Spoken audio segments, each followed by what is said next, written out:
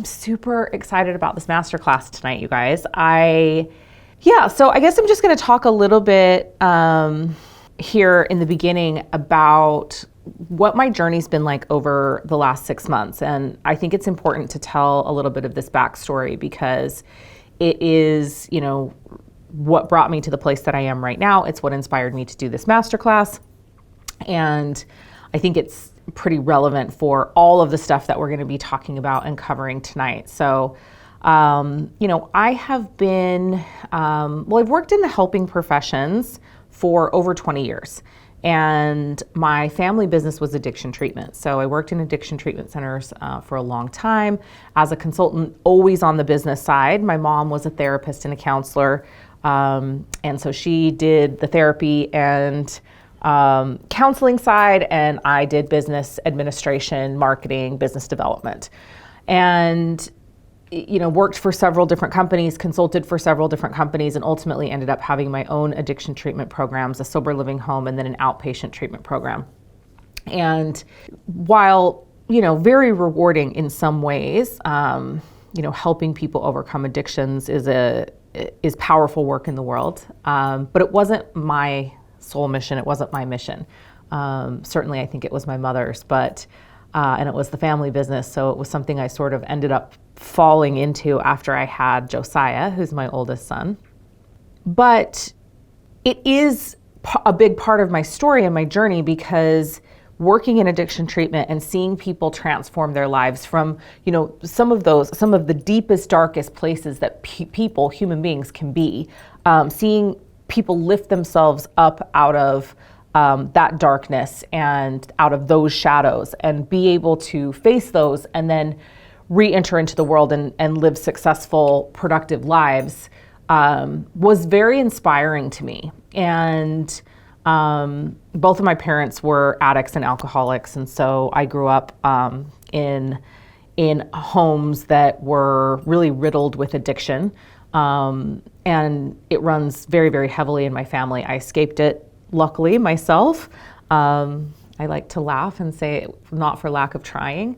I just don't have an addictive personality. It skipped my generation, luckily, which means probably I'm in for it with my sons, but we'll see. Hopefully we can educate them enough to know when to say when and when to have limits. But yeah, so addiction treatment played a big role in this business that I'm in now, in just that I was inspired to see people transform their lives. But it wasn't my soul calling. It wasn't my mission work. It wasn't what I was on this planet to do. And as a result of that, even though my businesses were very successful, I was pretty miserable. I didn't like going to work. I didn't really like what I was doing. I really loved my clients, and I loved, like I said, seeing that transformation in them. It didn't ignite my fire. It didn't make me feel like, it didn't inspire me to show up and do the work, even when I was tired or even when I was exhausted or even when I didn't want to. And so I started sort of moonlighting. I was still running those businesses, but I started, exploring helping women tap into individual spirituality was sort of the first thing that I did in my business. And that was I would say that was probably the end of 2014 that I started kind of hosting these little women's circles and little courses and little classes at my house. And that went on until 2016. And 2016 is really when I sort of, I guess, officially launched the Leah Steele brand and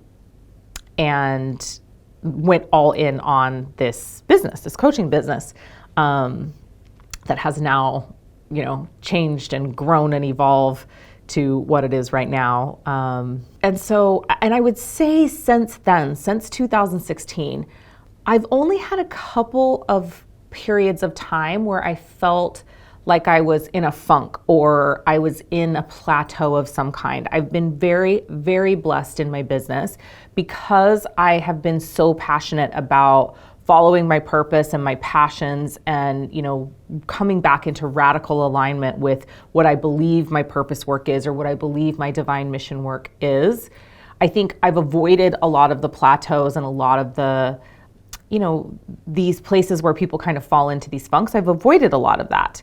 And even when it has happened, I think the longest one that I can remember up until this most recent one, which is what I'm getting to, the longest one that I can remember, I think, was about 3.5 weeks.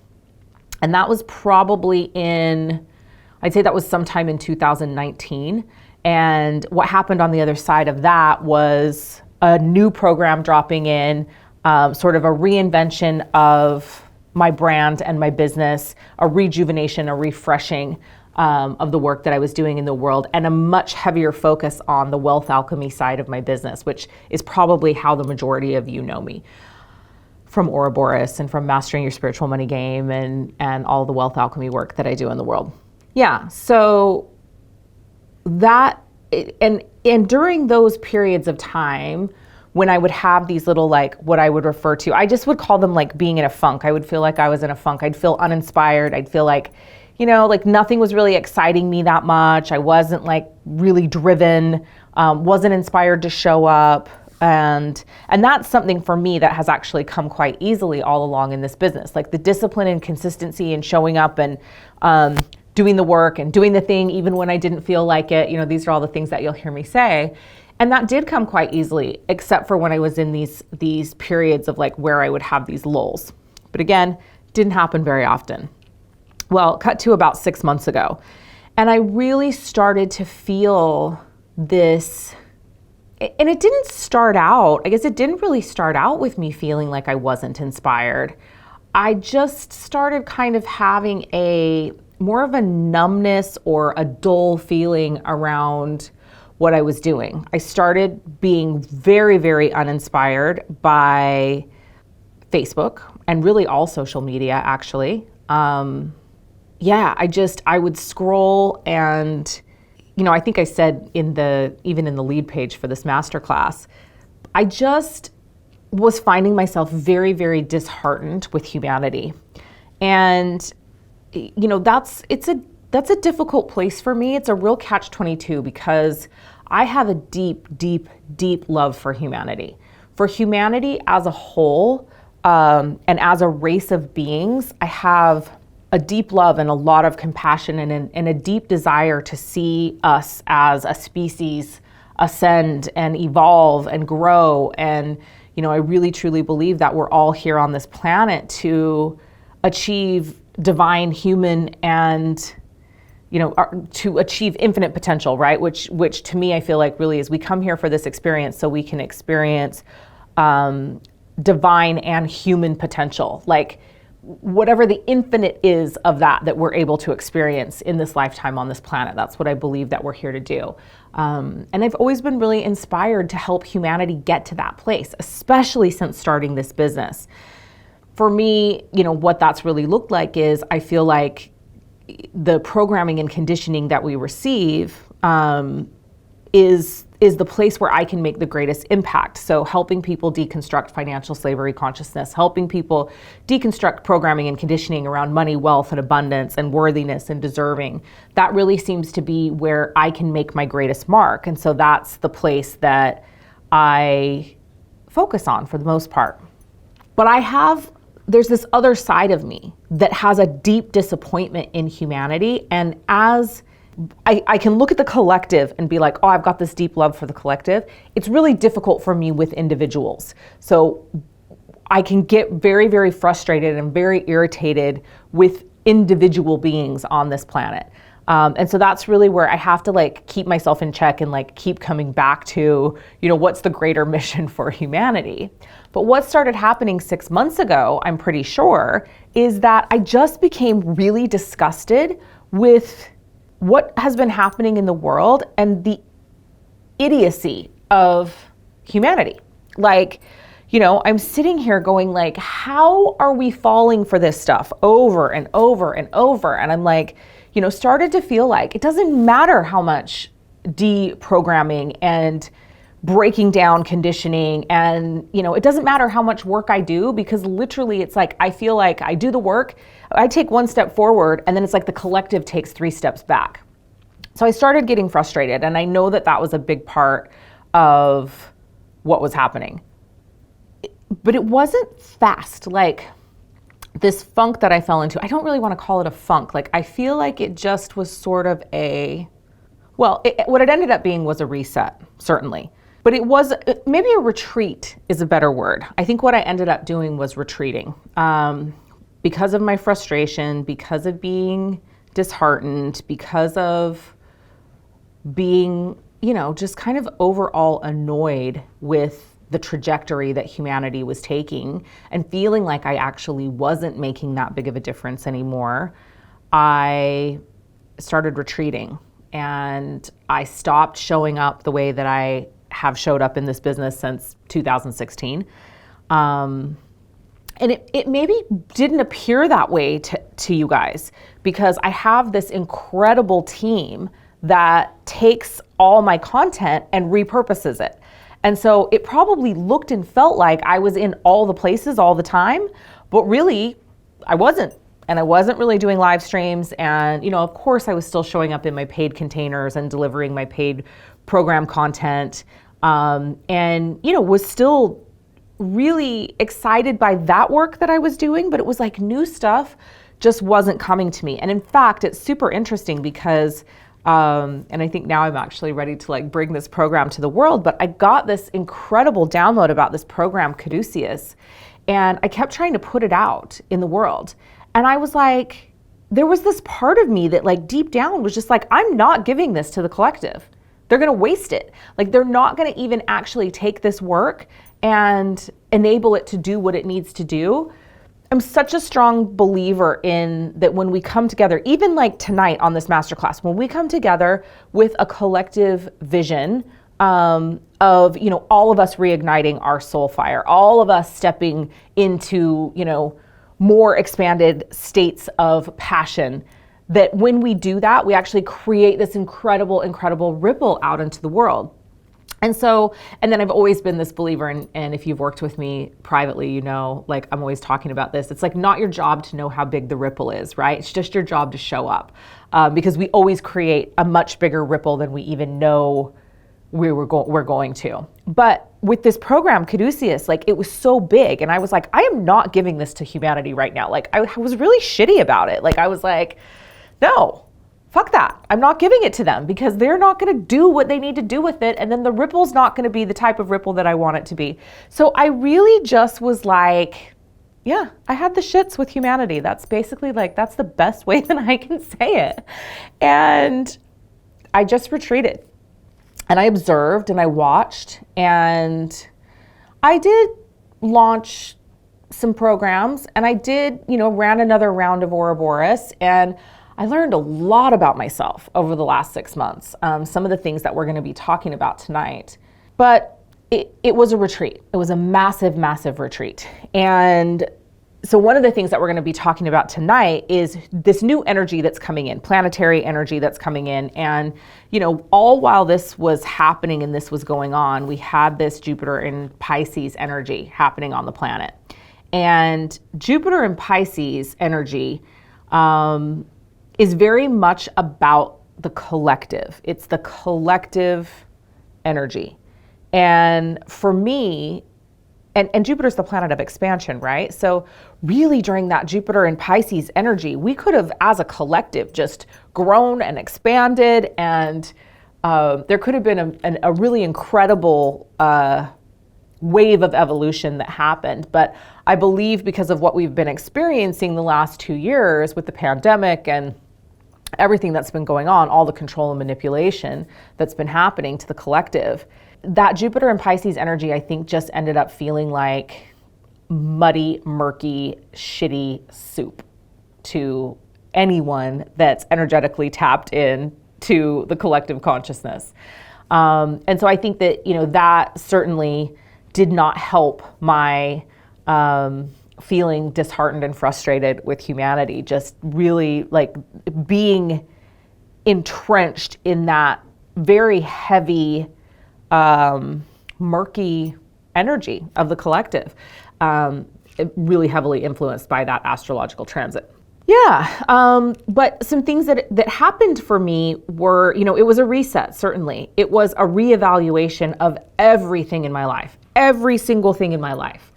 And it was a call for me to look at where I was not living in alignment with my passion, and passion in all areas of my life. And so, and we're going to talk about all of this stuff tonight, and I will share my personal experiences as we're going through, these 10 things that I think are really going to help you reignite your soul fire. And as we're talking about Mercury retrograde and planetary energy and all of this stuff, I'll be sharing my personal experiences along the way as we go. I guess, what I would say is that I'm feeling much more inspired as I sit here today talking to you. I feel like I am on the precipice of my next huge expansion. I believe that the version of myself that's getting ready to reveal herself is something so much greater than I can even imagine or envision right now. The last couple of weeks I've really started to feel the building of this energy, and it's getting ready to pop, it's getting ready to explode. So the truth is that I'm doing this masterclass just as much for myself as I am for you, but it felt really important for me to do this masterclass because so many of you have been reaching out to me, telling me that you've been feeling the same way I have over the last 6 months, that you're lacking inspiration, that you're having difficulty finding meaning in the work that you're doing, that you're feeling like maybe your work isn't making a difference anymore, that you're wondering why you're even showing up and doing the things that you're doing. We're all having issues with engagement and reach on social media. And, I'm feeling a lot of frustration from my community. And so as I've been working through these things, and as I've been taking these steps for myself and putting these plans in place for myself, I've been thinking a lot about you as well. And so I got inspired to do this masterclass. And so here we are. And I was originally going to charge for it. I'm sure you guys know the story. I was going to charge for it. And then we were actually having a hard time figuring out how much we were going to charge. And typically when I decide to do something, it's like the price comes through straight away. We were having a difficult time figuring out what we were going to charge. And then an email went out that was supposed to go out to my all class pass holders telling them that they were in, and it actually ended up going out to the whole entire email list. So basically everybody thought it was free. And then I was like, oh my gosh, it's not free. Anyway, we went back and forth. And then ultimately I was just like, you know what, let's just do it for free. And I typically don't do master classes like this for free because this is going to be so content heavy, and it's a significant amount of time. I think we're probably going to be here 3 hours tonight, maybe 2.5, 3 hours. So yeah, but it felt important and it felt aligned. And so here we are. And thank you for, taking the time to opt in to this masterclass and coming here and saying yes to soul and desiring to reignite your soul fire, because I think the more of us that come together and seek inspiration and seek to reignite our soul purpose and light a fire under our own asses, like the better the collective is going to be for that. And I think we have somewhere around, at the moment, 250 people registered for this masterclass. So that's 250 people that are going to be out there very intentionally shifting their energy towards evolving, towards stepping into a better version of themselves. And that does create a tremendous ripple. And part of why we're recording this masterclass is that we are actually going to use it as a welcome to the Leah Steele community. So we're going to repurpose this in several ways. So if you're watching this masterclass later, not on the night it was live or in the week, after it was recorded, welcome to the community. And it's my hope and my goal. My intention with this was that we would reach 1,000 people with this masterclass. So if you are one of those 1,000 and you are here watching this, thank you for saying yes to Soul and opting in. And I will do my job tonight, which is to share a lot of content and hopefully some really, really epic value with you. Well, I think the first thing that I want to say is just a reminder. And that reminder is that you are a divine, immortal being of light. You are a soul that just happens to be residing in this physical miracle suit. I used to call it a meat vehicle, which I think it still is, but I like miracle suit a little bit better because I think the human body is like one of the most incredible things ever. And I really truly believe that it is such a miracle that our soul can stay seated in this physical vessel and the way those two things interact together. That is a different masterclass, however. So we'll just leave it at, that the human body is a miracle. You are infinite in nature. You are living a limited experience right now on this planet, in this 3D reality on planet Earth, inside this physical vessel. It's a limited experience in that this miracle suit only has so much longevity. This is something that lots and lots of people in the world are working on. It's something that I am really, really passionate about, especially in my free time. It really is my passion to explore, what longevity looks like and how we can expand that limited experience that we have on this planet. But your soul is infinite in nature. You are an infinite being, and your soul is limitless, and your soul knows everything. So while the soul inside this physical vessel operating through this brain, right, may have limited ability to access knowledge and wisdom because of the experience that you're living in this 3D reality, your soul is infinite in nature and all-knowing. And so when I say to you, your soul always knows the answer, I really truly mean your soul always knows the answer. Your soul knows. And I see so often, and I think that this was one of the things that was really, really disheartening for me, was this outward sourcing of truth and wisdom and knowledge that we've seen over the last couple of years with humanity. This willingness to just surrender our free will, to surrender our ability to think for ourselves, to surrender our sovereignty to our governments and our financial institutions and organizations and our regulatory bodies and agencies, because you have all the answers inside of you. And sometimes we need some prompting to find where we go to get that answer. It's great to work with mentors that inspire us, that can help kind of shine the light in some of those areas that we're not able to see yet. But we have the answers. Your soul has the answers. So as we're talking about everything that we're talking about tonight, I'm going to give you some tips. I'm going to give you some tools. I'm going to share with you my experience of how I've moved through this over the last couple of months.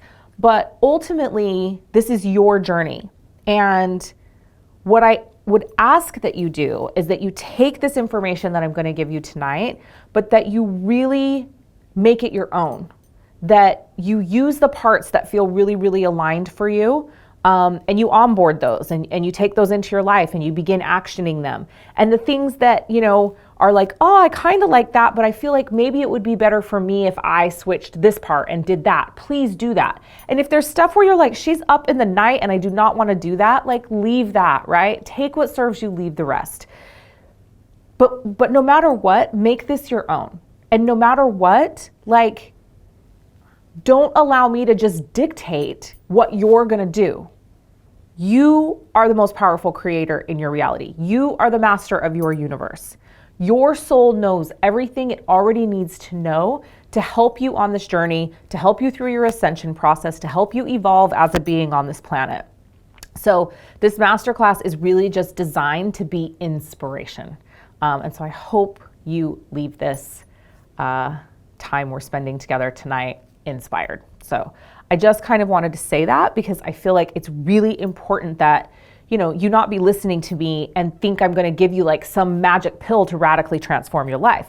I think everything I'm going to tell you tonight, if onboarded, will help you transform your life. But you can't just do it the way I do it. That won't work for you, right?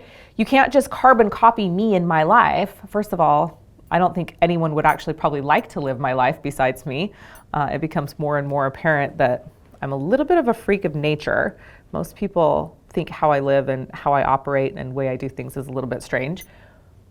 But you should go out and live your best life and take these tools and take this inspiration to reignite your soul fire and to light the fire under your ass and to point you in the direction that you desire to go, that your soul deeply desires to go.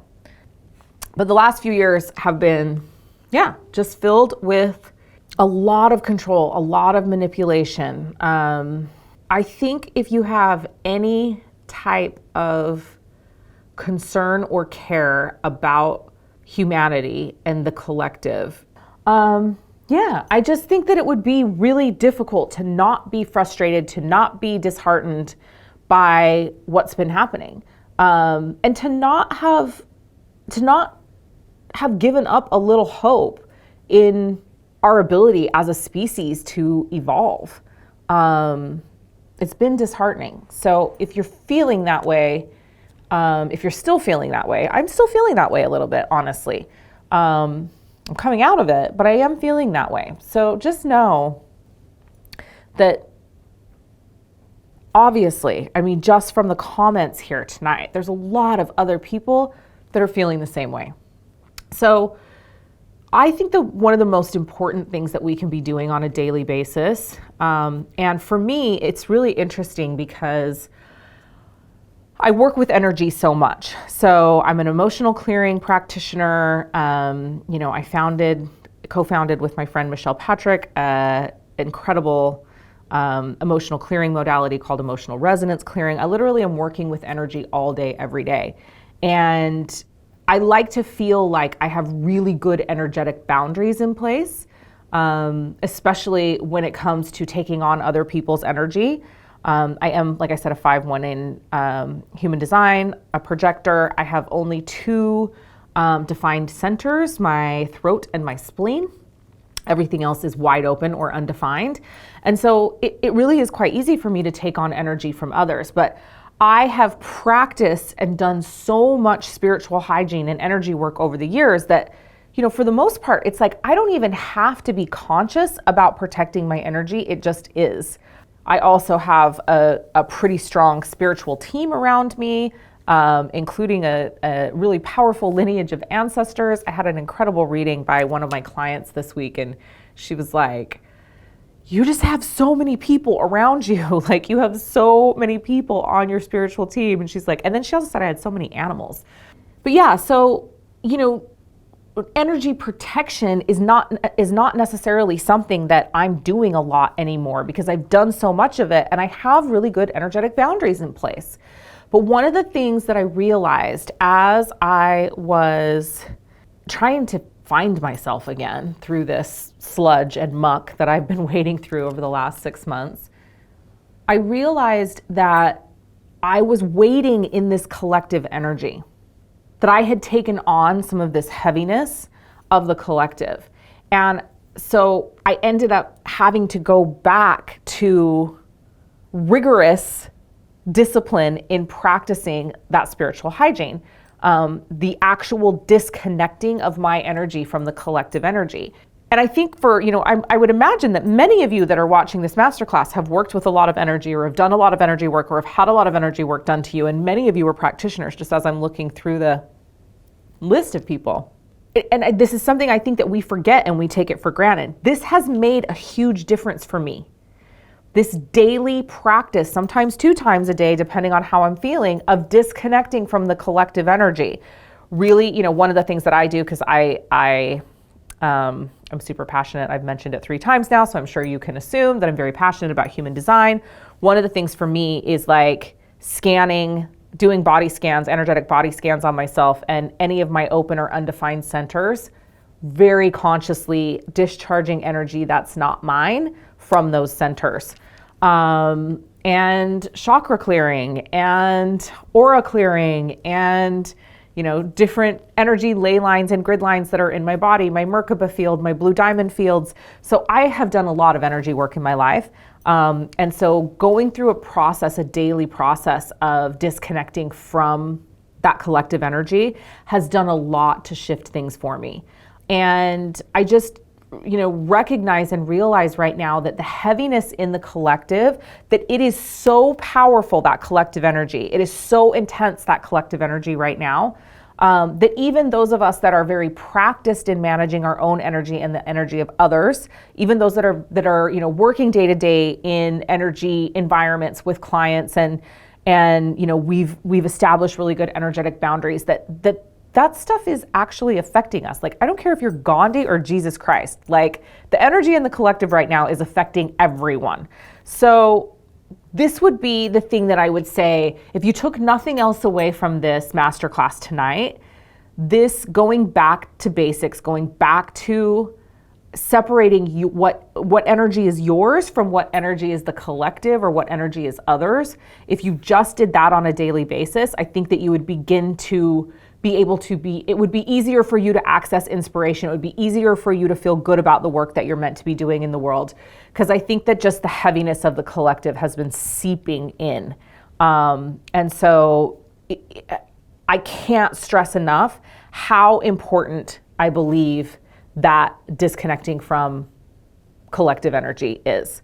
And, once a day, before you go to bed, or, for me, it's like before I go to bed, or if I'm feeling anxious during the day. If I start feeling myself getting overwhelmed, if I start feeling myself getting anxious, it's like, it's time to discharge that energy. So that's kind of like first tip. And there's so many ways to do that. I could literally sit here and list all these ways that you can do it, but literally just go Google it.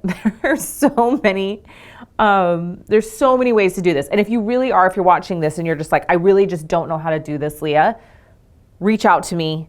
You can send an email to support@theleahsteele.com and we can send you some of my favorite ways to do that. I don't want to take the time on this call to do that, but if you do need some suggestions on ways to clear your energy or disconnect your energy from the collective, just shoot an email to support@theleahsteele.com and we'll send you some of my favorite ways.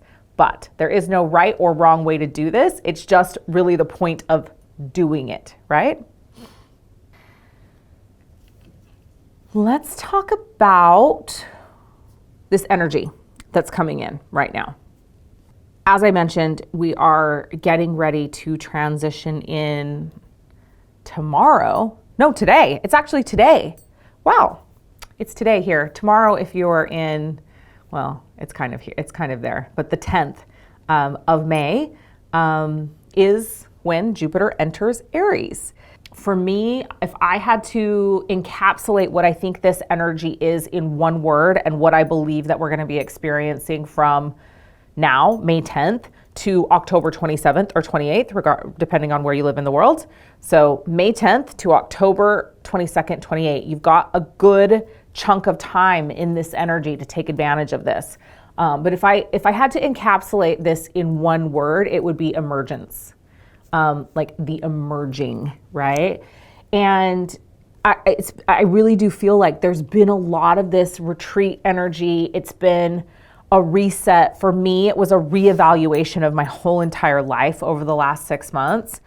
And now it's like all of a sudden, this new version of me is emerging. So it's like the emergence, I really believe it's like the emergence is upon us. Like that's like, it's like a reckoning, but instead of a reckoning, it's like the emergence.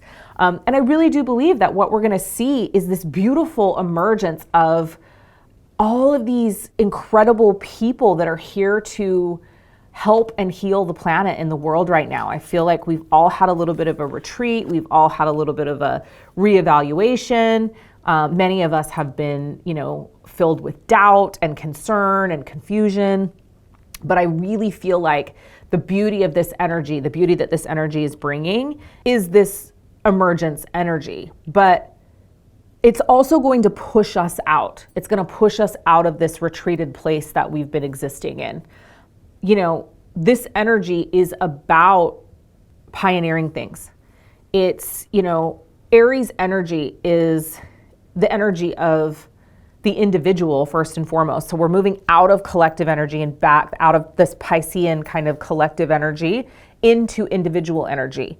We're moving back into a place where we can reclaim our sovereignty, which I think is vitally important on this planet right now. It's the energy of Aries energy is the energy of leadership. Like, it's, what are you here? What are you meant to be pioneering in the world? It is time for you to step into that and go out and lead. Lead your community, lead your collective, lead your family. Like, stop hiding in the shadows.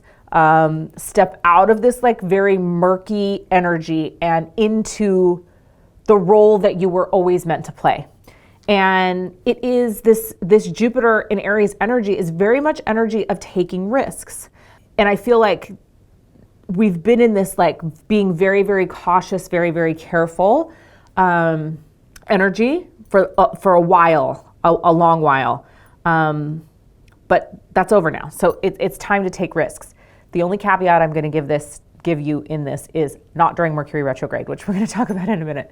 But it's time to take risks. Like, this energy, this Jupiter in Aries, like, Jupiter is the planet of expansion. This energy wants you to grow exponentially. This energy wants you to step fully into your sovereignty. This energy wants you to reignite your fire and step out into the world in that leadership role that you were designed to have, that you were designed to take. And each one of us is a leader. And so if you're sitting there being like, oh, well, I'm not a leader, or I'm not meant to be a leader, every single one of us is meant to lead in one way or another in our lives. So one of the things I would ask for you to take away from this and reflect on is, like, where does your leadership role exist? What are you meant to lead? Who are you meant to lead? Where are you meant to lead? And really tap into that, because it's beautiful energetic planetary support of you stepping into that over the next 6 months. So one of the things that, if you are interested in astrology, and we're not going to go too deep into this because literally we could probably do a 10-hour masterclass on this, but is to look at your natal chart and find where Jupiter is in your natal chart, and to find where you may have Aries energy. So anywhere that you have Aries energy, and if you've got planets in Aries, looking at what those planets are and looking at where Jupiter is in your astrological chart, what house it's in, what sign it's in, and those are areas where you are going to feel this energy. It's areas where you're going to feel inspired. It's energies where you're going to grow and expand. And it's also areas where you're going to find challenges arise over the next several months. Growth and expansion always comes on the other side of challenge or obstacle. And for me, like, I've really learned to embrace challenges and obstacles, because I know that there is tremendous expansion on the other side of that. Look at that and have an awareness around, okay, so, if, let's say, Jupiter in your chart resided in your second house of resources, right? You might be like, oh, there's tremendous opportunity for me to have great expansion right now over the next 6 months when it comes to my resources, but I'm also probably going to have some challenges around resources. So just so that you're aware of it, that when the challenge arises, you don't get discouraged or defeated. You go, there's the lesson. There's the lesson coming in from Jupiter. So now what do? Well, I show up, I pioneer, I take risks. I double down on the positive energy that's coming from this transit, and know that there's tremendous growth and expansion on the other side of whatever this lesson is. So definitely take a look at that. There are so many people that can help you with this, but the one thing that can help you tremendously is Google. So, we all have this incredible resource at our fingertips. So pull your natal chart, There's a million places you can do that online as well. And look and find where Jupiter is in your chart, what house and what astrological sign, and look at Aries in your chart and look and see if you've got any planets there in Aries and what house Aries is in your chart, and just really look at your specific natal chart so that you can really take advantage of this expansive energy of Jupiter in Aries. This energy is huge and powerful. All of the astrological people in my life, the people that read charts and that are really, really into astrology, have been very excited about this energy coming. Perhaps the most powerful, some are saying perhaps the most powerful energy of the year is this when it comes to expansion. So it's not something you want to sleep on. It's definitely something that you want to take advantage of. Yeah, so look up the house. Look up what the meaning of the house. Just looking at that is going to help you understand how you can grow and expand and what the potential challenges are going to be. Yes, many of us, people our age, Kristen, have Chiron in Aries. So we have our wounded healer in Aries as well. Yeah, so I mean, the interesting thing about Chiron in Aries, right, is that it is our wounded healer. By this point, if you're our age, by this point, we're pretty familiar with what our wounds are, what the wounds are that we came to this planet with. But Chiron in Aries is also, it is the call to our healer, to step into our healer. And this Jupiter in Aries energy is like, it's time. It's time for the healers to heal. It's time for the healers to step up and lead. It's time for the healers to actually do what they came to this planet to do. And we are a generation of healers because of that placement. So also today, May 10th, June 3rd. So we have now Jupiter entering Aries. On this same day, we also have Mercury retrograde happening. Okay, Mercury retrograding in Gemini. It will be in Gemini and it will be in Taurus. So first and foremost, that risk-taking bit that I was talking about during Jupiter in Aries, please do not do that for the next 3 weeks. I'm going to give you a little bit of a plan for the next 3 weeks of ways that I really think that you can take advantage of this energy while still taking advantage of the Jupiter in Aries energy. And that's going to really prepare you to step out of this Mercury retrograde with your fire ignited and ready to like go out and tackle purpose and passion and, implement and action all these things, these other things that we're going to be talking about tonight. May 10th, today, through the 22nd, Mercury is going to be in Gemini. This is a little bit tricky. This is going to be a difficult period of time. And I'm just going to straight up say that. I'm actually going to just knock on wood a little bit right now that the rest of this technology is going to run smoothly today.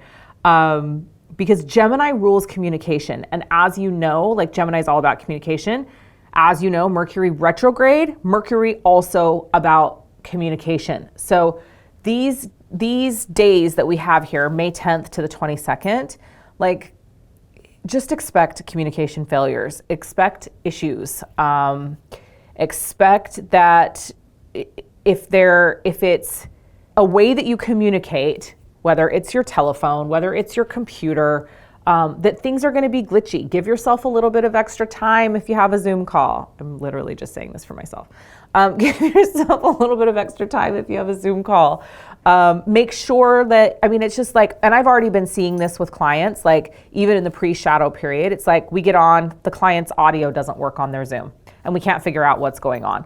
These things are just going to happen. The more you can roll with it and not get frustrated, the better off you're going to be. But expect to experience that. The biggest thing during this period of time, the 10th through the 22nd, is there is going to be widespread misinformation happening across this planet. You're going to see it everywhere. You're going to see it in the media. It's just, things are going to be misinterpreted. Massive misinformation is going to be being spread planetary wide. Not that that's going to be any different than the last 2 years, but even more, I would say.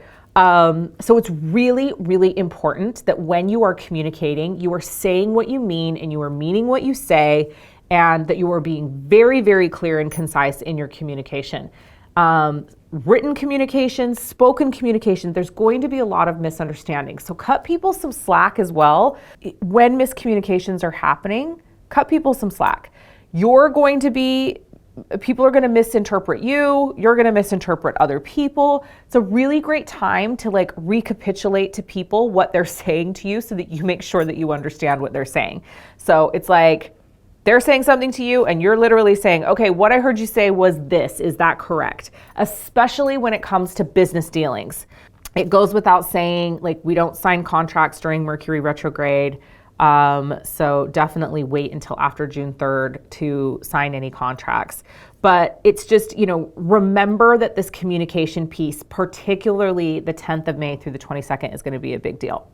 So during this first week of Mercury retrograde, the thing that I believe that you can do that is going to give you the greatest impact during this Mercury retrograde is to revisit your messaging. Because you've got this energy of Gemini, and Mercury retrograde is actually really, really beautiful time. It gets a bad rap because people get frustrated. They get frustrated with breakdowns in communication and issues with travel and all the other things that come along with Mercury retrograde. But when we use this energy to our advantage, it's actually really powerful. So right now, it's like all the re's. Mercury retrograde's all the revisit, rework, reframe, rewire, renew. Can be a beautiful period of time, these 3 weeks, where we can reevaluate what's working in our life and what's not, where we can actually slow down and take a look at what's serving us and what's not. So this first week, while we've got Mercury retrograding in Gemini, for me, it's a beautiful time to revisit your messaging. So looking at, who is it that you're speaking to? Who is your target audience? And it doesn't mean that you just have to have one, right? You may have several, but if you feel like your message, and this is me, like I've felt like my message just hasn't quite been landing. Like I feel like we're writing epic copy and I'm writing epic posts and doing great live streams and putting out great content, but it's like somehow the message just isn't quite landing. So this week for me, or this first week, is really going to be about revisiting my message and making sure that I'm actually speaking to the pain points of my audience, the people that need to hear what I have to say, the people that need the work that I'm doing in the world. Like, am I actually reaching them? Am I actually saying the things that they need to hear? Am I actually communicating with them in a way that they're going to be able to receive it? So, revisiting messaging, like that is the thing I believe in this first week is going to be the most powerful thing you can do to help you, once we move out of this phase, to get out there and put your work back into the world and put yourself back into the world reignited and re-inspired. I would say the 10th through the 16th, focus on revisiting the message, right? 17th through the 23rd, this week is wrap up this messaging piece and begin to start looking at your belief systems and your finances. Because on the 22nd, Mercury retrogrades in Taurus. And so with this, we're going to be really, really aware of where we have issues with authority figures. Nobody's going to want to be told what to do. You're going to see everyone's stubbornness, everyone's frustration. Everyone's going to want to be heard. Everyone's going to have all the words to say about all the things. Still misinformation, miscommunication happening.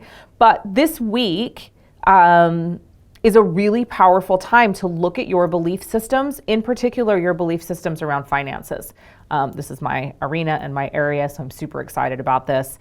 I'm super pumped that we're going to be, really just diving into my new wealth repatterning program, Alchemical Wealth, as this is happening, because it's astrologically couldn't be a better time to deconstruct beliefs and patterns around money, wealth, abundance, finances, currency. So, but this is a place where for you, this is what I would focus on. I would focus on looking at what your beliefs are around the work that you're meant to do in the world, what your beliefs are around what compensation is supposed to look like for you in the work that you're doing. And it's a really, really incredible opportunity to just deconstruct all that shit and step into limitlessness, right? Like, remember, you're an infinite, limitless being. And you deserve to be wildly financially compensated for the work that you're doing in the world. So it's important to look at these beliefs and the limitations that you're placing on yourself, in particular around your finances. So that's what you're going to be doing week 2, which will be the 16th through the 23rd, and then continue that into the next week. So it's kind of like you've sort of got the middle week, sort of an overlap week. So you're revisiting your message, you're continuing to bring that into the second week. As the second week starts, you're looking at your beliefs around finances, and then you're taking that beliefs around finances into the third week. And the third week is all about reworking your business, reworking your life, reworking what's not working, right? To prepare for return to forward momentum the following week. So, this is for me where I have a lot of irons in the fire right now. I have a lot of things that I want to do. I have a lot of projects that I've started. And this week 3 for me is going to be a real evaluation of what of these things are going to be executed in 2022. And one of them I'm throwing out the window because I don't want to do them anymore. What are going to be put on the docket for next year? And what are the things that I really want to focus on for the balance of 2022? And then what of those things that I want to focus on for the balance of 2022 need to be reworked, and how do they need to be reworked? How do they need to be reworked so that they're in full alignment with who I am and who I desire to be? And how do they need to be reworked so that they're igniting passion and purpose in me? These are the things that I've been doing. I'm going to share some of my personal experiences with you in doing this stuff. And I just, I won't go through everything that I said at the beginning of the masterclass, but we'll just give a little reminder of take what serves you, leave the rest, and definitely make it all your own. So the first thing I think that's really, really important when we're starting to feel this kind of plateaued heavy energy, or this heavy energy, or we're feeling stuck, or we're feeling stagnant. And it's something that I've actually always done in my business. I'm literally doing it right now. It is change of environment. And I think we really forget how important it is that we get to experience some freshness, some newness, some change. We are creatures of habit, and the programming and conditioning that we receive really locks us into creating stagnant energy in our lives. It's much easier for us to show up and operate inside programming and conditioning as a compliant commodity when we're just doing the same thing day after day after day after day. So it's also the thing that creates stagnation and manifestation.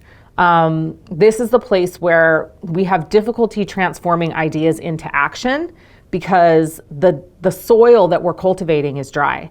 And this for me is really the place that it's like, I do this, you guys will see me do this all the time. Anytime where I'm like, I'm feeling uninspired, and I am really, really lucky. I live in a beautiful, beautiful home. I'm on the beach. I get to see the ocean. The place that I live my day-to-day life is inspiring in and of itself. But I also can get stuck in routine. I also can get to a place where I feel stagnant, where I'm like, it doesn't matter how much I'm watering that soil, it's just completely dried out. And when that happens, it's time to shift your environment. It's time for a change of energy. And so I do that typically by going and staying at a hotel for a couple of days, or going down and visiting a friend in Uluwatu and staying at their house. It's just like changing up the scenery. But it doesn't have to be that. It literally could be Take your computer to a park and work in a park for a day. Take your computer to a museum and work in a museum for the day. Go to a different coffee shop. Like, you can create that change in scenery. Like, for me, it's just a pattern interruption. It's interrupt the pattern that is keeping you in a place of stagnation.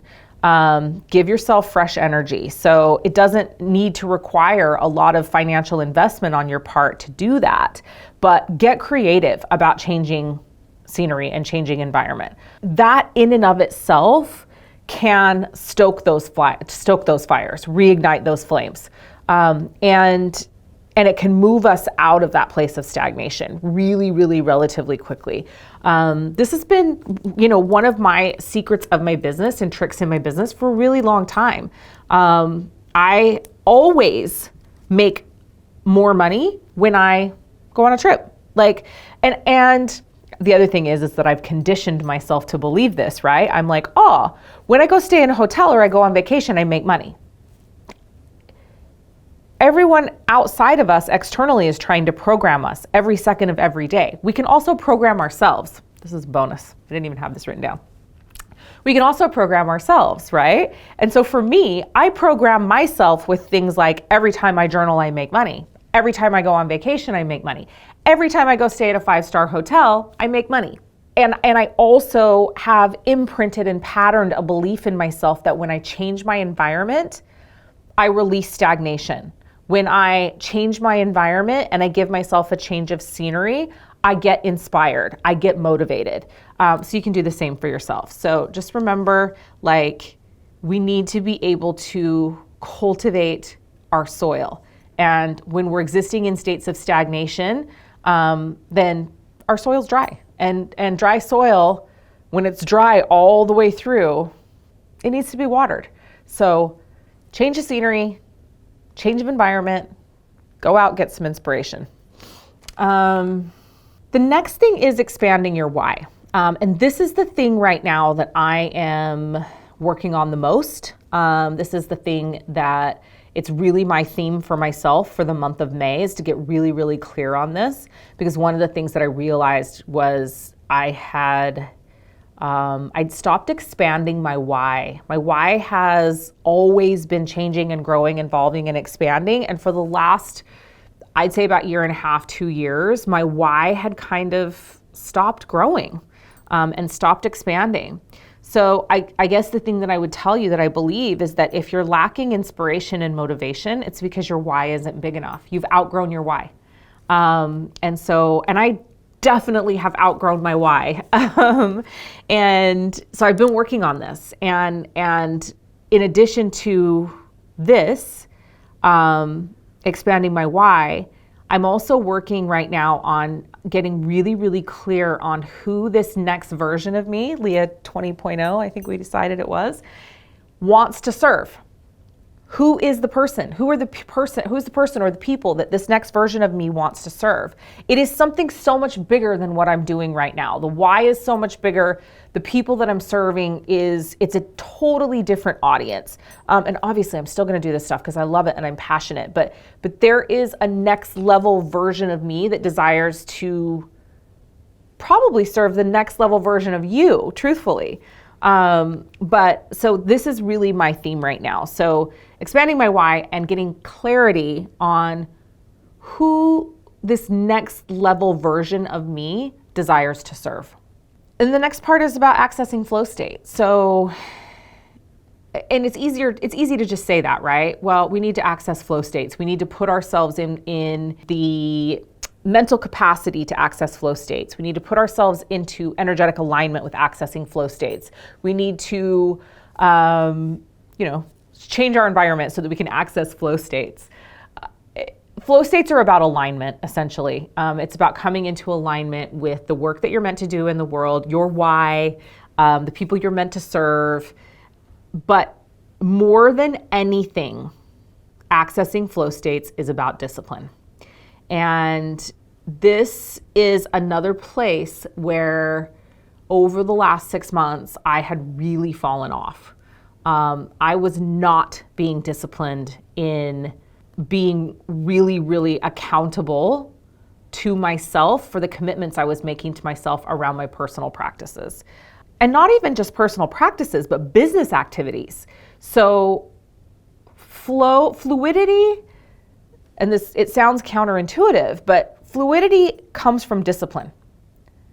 You access flow states by being disciplined. By being disciplined when you're not in flow. By right now, when you're feeling this little bit of stagnation and you're feeling frustrated and you're feeling like, I'm not inspired, I'm not motivated.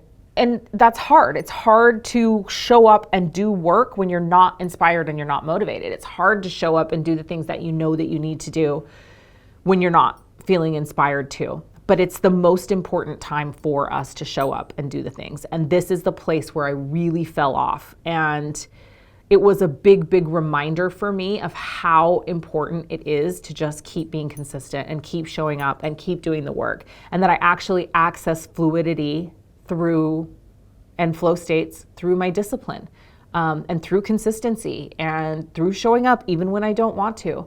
It's very easy for us as spiritual beings and people in spiritual communities to be like, oh, it doesn't feel aligned, I'm not going to do it. And I think that's a load of bullshit. I mean, I do think it's important to keep coming into alignment and to keep finding alignment. But the truth is that we're also running businesses. We are also business people. We are spiritual entrepreneurs. We're not just entrepreneurs and we're not just spiritual people. We're spiritual entrepreneurs, right? So that means that, yes, is it important to be checking in with our energy and coming back into alignment and, and desiring to be in states of fluidity? Yes, but it's also important that we act like business people and show up and do the work. And I wasn't being consistent in that, because I didn't feel inspired and I was frustrated with humanity and they were pissing me off. And I was getting resentful of the time that I was spending online when I felt like I wasn't getting the engagement that I felt like I deserved. But the truth is, that was all just my ego, right? And it was all just really a bunch of spiritual hokey pokey bullshit. So I feel like for me, when I finally was like, all right, Leah, enough is enough. Enough is enough. It's time to show up. It's time to get back to basics, back to consistency, back to discipline in personal practices and in business practices. So, my personal practices, this is my journaling, this is my meditation, this is my, all the other things that I do, conscious parallel realm visitation, whatever it is. Whatever I'm deciding are my non-negotiables for the week, getting back to discipline, doing those things, and also discipline showing up, doing my live streams, writing my posts, writing period. Just discipline, showing up, doing the things, even when I don't feel like doing the things. You can't expect to get the results if you're not willing to put in the work. This is something I used to say all the time, and I know so many people in my community that have onboarded this, and they literally will tell me, every time I don't want to do something, Leah, I hear your voice in my head. You got to put in the work if you want to get the results.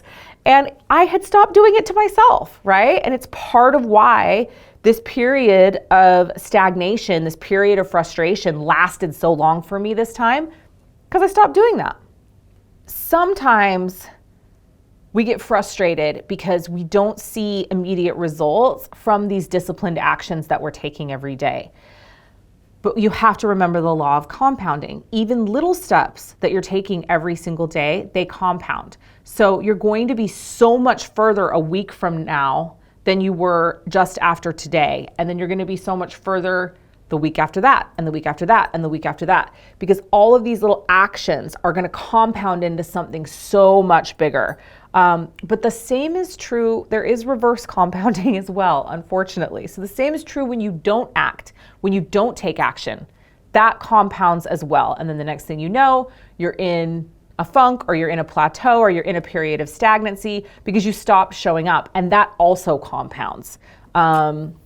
So it happens in a positive way and it happens in a negative way. And I think it's really important to remember that when we're choosing whether or not we're going to show up.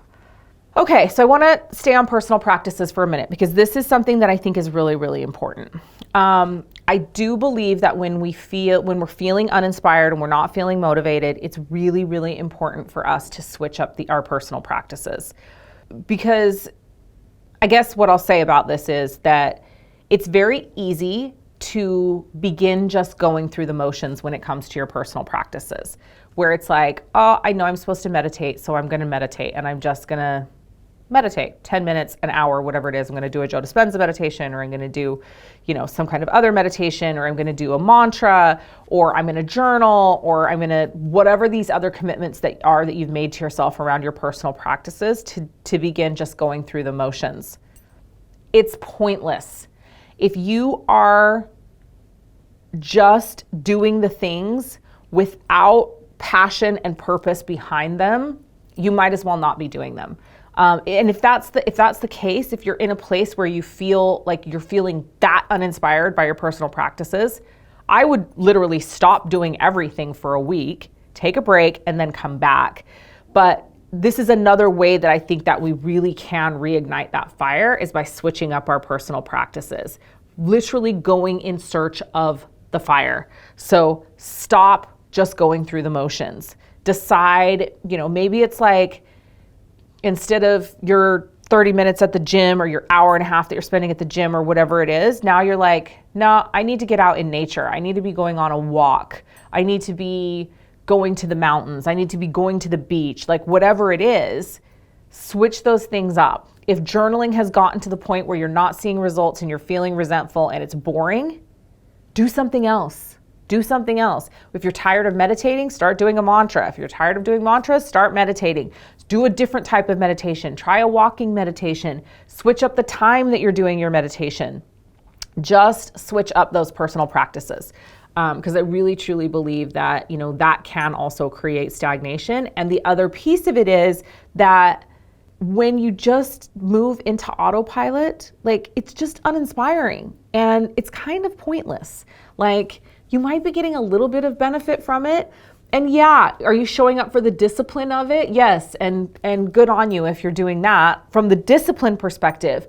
But if you're just going through the motions, you're not receiving the benefit of doing the personal practices. So do something exciting, do something different. Personal practices don't have to be these heavy spiritual things either. When you're deciding what your non-negotiables are for your spiritual practice, or your personal practices. And so for me, this is something that I like to revisit every week. It's like Sunday of the upcoming week, I'm like, okay, what are my non-negotiables for the week when it comes to my personal practices? What worked last week? Do some of those things again, perhaps. What didn't work last week? Replace those with something else. And you could ask yourself, did I feel inspired? Do I really want to journal this week? Did I just go through the motions and nothing exciting or inspiring came through my journaling?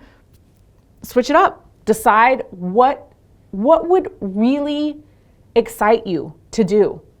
I think for some people, it's like we fall into this heaviness of being spiritual people, and everything we have to do has to be so spiritual, and it has to be what everybody else is doing, what everybody else says we're doing. But that might not be for you. What might be the most important thing for you to do this week is to do something that brings you joy. Maybe you're just I just want to go to the trampoline park 4 times this week and go jump on a trampoline. You're going to get more motivation and inspiration out of doing something that lights you up, that brings you joy, that makes you excited, that is going to fuel your fire and ignite that flame than you are over just doing the same old boring thing over and over and over. So evaluate that stuff. Don't get stuck and stagnant. Don't get trapped in that, in the hamster wheel of, personal spiritual practices because you feel like that's what you should be doing. So this one's been huge for me. That one's been huge for me as well. I've really been switching that stuff up. Getting more sleep for me has been one, and being disciplined about getting more sleep, and putting that in my personal practices, taking a nap when I want to. It's been amazing because it's I've been waking up from the naps and I'm like, oh my God, inspiration or a thought comes in or an idea comes in. And it's, before I would have thought, oh, that's not a personal practice, right? Taking a nap isn't part of a personal practice. But I have been getting a lot of inspiration after these little naps that I've been taking. So do something that is going to ignite your fire and fuel your fire. So this next one is one for me that I have been doing quite a bit over the last few weeks. And it's engaging a mentor. And when I say engaging a mentor, yes, I do mean formally engaging a mentor, finding somebody to work with that you connect with, that you want to engage in a formal mentor-mentee relationship. But this can also be reaching out to somebody, a previous mentor or somebody that you hope would be a mentor or someone that you look up to, and finding out from them, asking them how they're finding inspiration right now.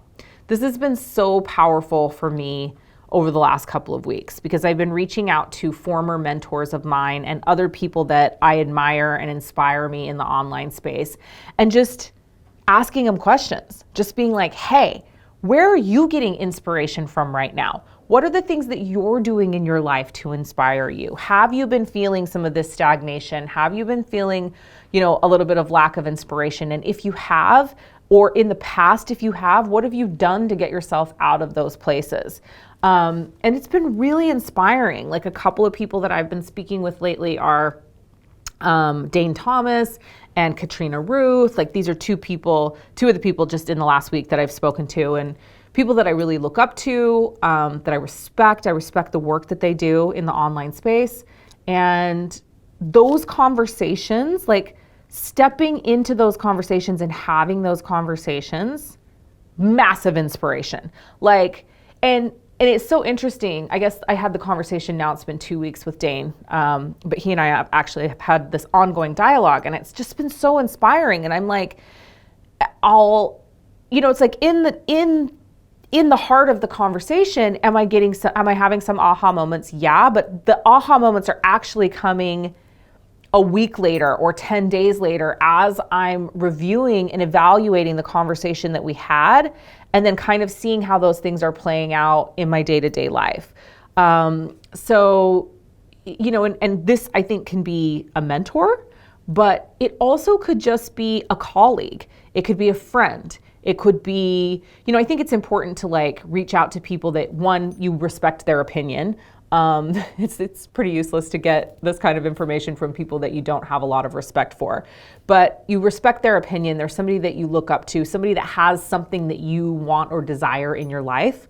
They have something you want, you have something they want, and you guys kind of exchange ideas, or inspiration. But go into the conversation with that intention. Go into the conversation intending to ask questions and get information on what is inspiring them and how they're finding inspiration and how they're finding meaning in whatever the area of their life is that you're wanting to find inspiration and meaning.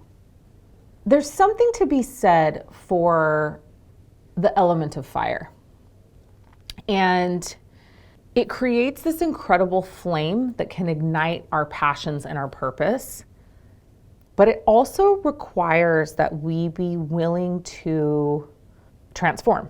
And transformation and growth can be extremely painful and difficult. I think that the thing that I see that a lot of people are lacking is the willingness to experience the transmutation. So the willingness to actually stand in the fire and allow the fire to burn away all the things that aren't serving them. That is how we ignite our purpose and our passions. That is the reigniting of the soul fire and the soul flame, is being willing to face the obstacle, being willing to face the challenge, being willing to face the stagnation, being willing to hold ourselves accountable for where we've fallen off in these areas that have created stagnation and plateau. Being willing to look at the areas of our lives that we're not willing to look at, which we're going to talk about in a second. Being willing to address the areas where we're not embracing passion in our lives. But really being willing to tap into that alchemical energy of fire. It's painful sometimes. And it burns sometimes. But the beauty of it is that when we allow it to burn away everything that isn't serving, that's when the phoenix rises. and you become the phoenix, you become the flame, you ignite your passion and your purpose again. And you can rebirth yourself. The alchemical nature of fire, we're elemental beings, every single one of us, and all of us have fire inside of us. When we allow ourselves to really tap into that fire and allow it to burn, that is the rebirthing process. That is the phoenix rising from the ashes. And we can do this at any time and any point in our lives. And I feel like we've had this little bit of a reset collectively, and it's like the flames are ready to burn. They really are. And we've got all this incredible planetary energy supporting it as well. You've just got to decide. Are you willing to embrace the alchemical nature of fire? Are you willing to stand in the flames? Are you willing to allow it to burn, to refine who you're meant to be? Are you willing to embrace that? Because it's not going to be easy. As I decided that I wanted to be an active participant in moving out of this plateau that I had found myself in, I recognized and realized that parts of it were going to be really difficult, that parts of it were not going to be I was not going to enjoy. And there are parts that I haven't enjoyed. There have been parts that have been very, very confronting. There are parts that I've had to look at things that I didn't want to look at. But it's all about that refinement, the refinement of the fire. And yeah, so I think that, it's a question that you have to ask yourself right now. Like, are you willing to stand in the fire? Are you willing to allow it to refine you? Are you ready to have the phoenix rising from the ashes moment? Are you ready to rebirth yourself? Because if you are, you can take all of these tools and create an incredible, beautiful next phase of your life. But if you're not willing to stand in the fire and you aren't ready for that refinement, then it doesn't really matter what you do of this, because energetically you're not going to be all in. So you have to be ready and willing to tap into that inner fire and embrace that fire, and allow it to burn and allow it to be uncomfortable for as long as it needs to be uncomfortable for. Okay, so these last two things that I want to talk about tonight relate to what we were just talking about being willing to stand in the fire. It's being willing to step into that refinement phase of the alchemical nature of fire. And it's being willing to look at some things that perhaps you've been avoiding. And this has been a big deal for me. This has been a big part of my process over the last little while. The first thing is looking at and evaluating where you're lacking passion in your life, and evaluating all the areas of our lives, because it's very easy to be like, oh, I've lost my passion for my purpose work. I've lost my passion for my career or my business or the work that I'm meant to be doing in the world. But it's pretty likely, if you've lost your passion for your purpose work, that you've lost passion in another area of your life as well. And having that fiery energy and nature and passions burning inside of you, it requires that passion be burning in all the areas of your life. Like, to really take advantage of that, to really tap into that energy, to really expand yourself to the next level version of you, that person that you're desiring to become. Like, it has to be passion in all areas of life. So really looking at, where are you lacking passion in your life? For me, this was my romantic relationship and in my marriage. And it was a really, really difficult thing for me to look at. It just was. I didn't want to admit that. I didn't want to look at that. And I was in massive avoidance of it for many years. And to shift out of that place, I had to address it. I had to look at it. And it was not comfortable. So many of you know, I'm, going through a divorce, and I'm separated from my husband. But, and that's been hard. That's been difficult. It's been difficult to look at where I allowed flames to turn into embers and then embers to extinguish. And I made a lot of excuses about why that wasn't important and why it wasn't relevant in the other areas of my life, particularly in my business. But The truth of the matter is that when we extinguish passion in one area of our lives, it's going to spill over into the other areas of our lives. So it may be that you have heaps of passion in your romantic and intimate relationships in your life, but you don't have any passion in your job or in your work, or you don't have passion in your friendships. You don't have passion when it comes to your physical body and your health and your nutrition. So it really is like, look at yourself as a holistic being and being willing to look at where are you lacking passion, and then being willing to do whatever it takes to reignite those coals into embers and then into flames, and ignite that passion in your life. And then the last thing is, and this I would just say, this can really be anywhere. Like, I'm not going to tell you, look in this area, look in that area. You're going to know what it is as soon as I say it. You're going to be like, oh, yep, it's that thing. I don't want to look at it. What is the thing? What is the one thing right now that you're not willing to look at? What's the one thing that you've been putting on the back burner every single time it comes up to be addressed, that you're like, yep, not right now, not yet. I'm putting that on the back burner. Nope, don't want to look at that right now. For me, I do a really good job of compartmentalizing. So sometimes I'll be like, oh, I'm working on these two things, but this thing I don't really want to work on right now. So for me, like, this thing that I'm facing right now that I'm looking at is my relationship with my mother. It's something that I have been avoiding dealing with and looking at for a long time. And it's just something that I know right now, like, I've got to sort it out. It's affecting all the other areas of my life, whether I want to admit it or not. And I know to truly be happy, to truly be inspired, to truly be lit up in all areas of my life, that I need to be willing to look at the things that are difficult and hard for me and address those things and move through those things, move through the childhood traumas, move through the relationship issues, and get myself to a place where, it doesn't really matter if it's being willing to look at it. It doesn't mean it has to be perfectly resolved. So that's the thing I want to say to you. Like, it doesn't mean it has to be perfectly resolved, but you've got to be willing to look at it. And you can't keep pushing it off. So those are all of my Reignite Your Soul Fire tips. I know that was a lot. This was a lot for a masterclass from me, I know, because typically I'm like riffing intuitively and it's not like so content heavy. Have an amazing rest of your day, morning, evening, wherever you are in the world as you are watching this call or you are catching the replay. Remember, it is your divine birthright to be wealthy in all areas of your life, and you are so worthy and you are so deserving. Thanks for being here.